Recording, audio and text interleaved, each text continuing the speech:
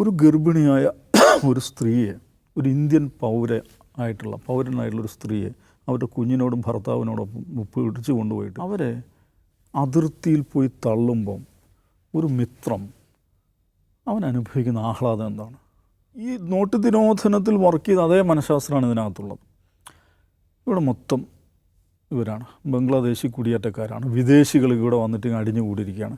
അത് നോക്കൂ, ഈ കഴിഞ്ഞ മാസങ്ങൾ, പ്രത്യേകിച്ച് ഈ ഓപ്പറേഷൻ സിന്ദൂർ തുടങ്ങിയതിന് ശേഷമുള്ള മാസങ്ങൾ ഇന്ത്യയിൽ വലിയൊരു ഡ്രൈവ് നടന്നിട്ടുണ്ട്. BJP ഭരിക്കുന്ന സംസ്ഥാനങ്ങളാണ്. അതെന്ന് വെച്ചാൽ ബംഗ്ലാദേശികളെന്ന് പറഞ്ഞിട്ട് ബംഗാളി ഭാഷ സംസാരിക്കുന്ന നൂറുകണക്കിന് ആളുകളെ, അതിനെക്കുറിച്ച് ഹ്യൂമൻ റൈറ്റ്സ് വാച്ചിൻ്റെ റിപ്പോർട്ടിൽ പറയുന്ന 2000-ഓളം ആളുകളെ പൊക്കിയെടുത്തിട്ട് ബംഗ്ലാദേശ് അതിർത്തിയിൽ കൊണ്ടുപോയി തള്ളിയിട്ടുണ്ട്. അവരൊക്കെ എന്താ പ്രശ്നം? അവർ ബംഗാളി ഭാഷ സംസാരിക്കുന്നവരാണ്, ലുങ്കി ഉടുത്തവരാണ്, മതപരമായി മുസ്ലിങ്ങളാണ്. അവരെ കൊണ്ടുപോയി തള്ളി. ഈ നോക്കൂ, വിദേശ കുടിയേറ്റക്കാരാണെങ്കിൽ പോലും അവരെ തള്ളുന്നതിന് ഇന്ത്യൻ നിയമവും അന്താരാഷ്ട്ര നിയമങ്ങളും പറയുന്ന പല മാനദണ്ഡങ്ങളുണ്ട്. അവരുടെ അതിന് ടൈം ഫ്രെയിമുണ്ട്, അവർക്ക് അവരുടെ കാര്യങ്ങൾ ബോധിപ്പിക്കാനുള്ള സമയമുണ്ട്, അതിന് നിയതമായ ചട്ടങ്ങളുണ്ട്.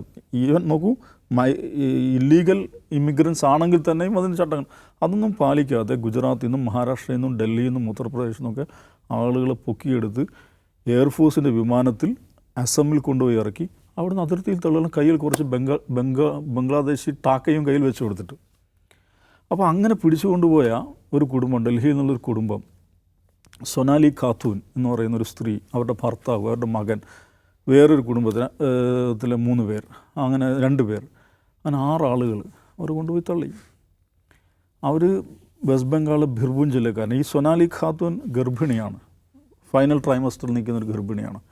അവരുടെ കുടുംബം കൽക്കത്ത ഹൈക്കോടതിയെ സമീപിച്ചു. ഹൈക്കോടതി വിധിച്ചു അവരെ തിരിച്ചു കൊണ്ടുവരണം.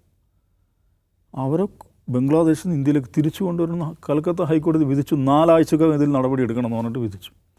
അപ്പോൾ ഇതൊന്ന് ആലോചിച്ച് നോക്കുക, ഒരു ഗർഭിണിയായ ഒരു സ്ത്രീയെ, ഒരു ഇന്ത്യൻ പൗരനായിട്ടുള്ളൊരു സ്ത്രീയെ അവരുടെ കുഞ്ഞിനോടും ഭർത്താവിനോടൊപ്പം പിടിച്ചു കൊണ്ടുപോയിട്ട് അവരെന്തോ ചെറിയ ജോലികൾ ചെയ്ത് ഡൽഹിയിൽ കഴിയുകയാണ്. അവർ ആധാർ വരെ കാണിച്ചു കൊടുക്കുന്നുണ്ട്.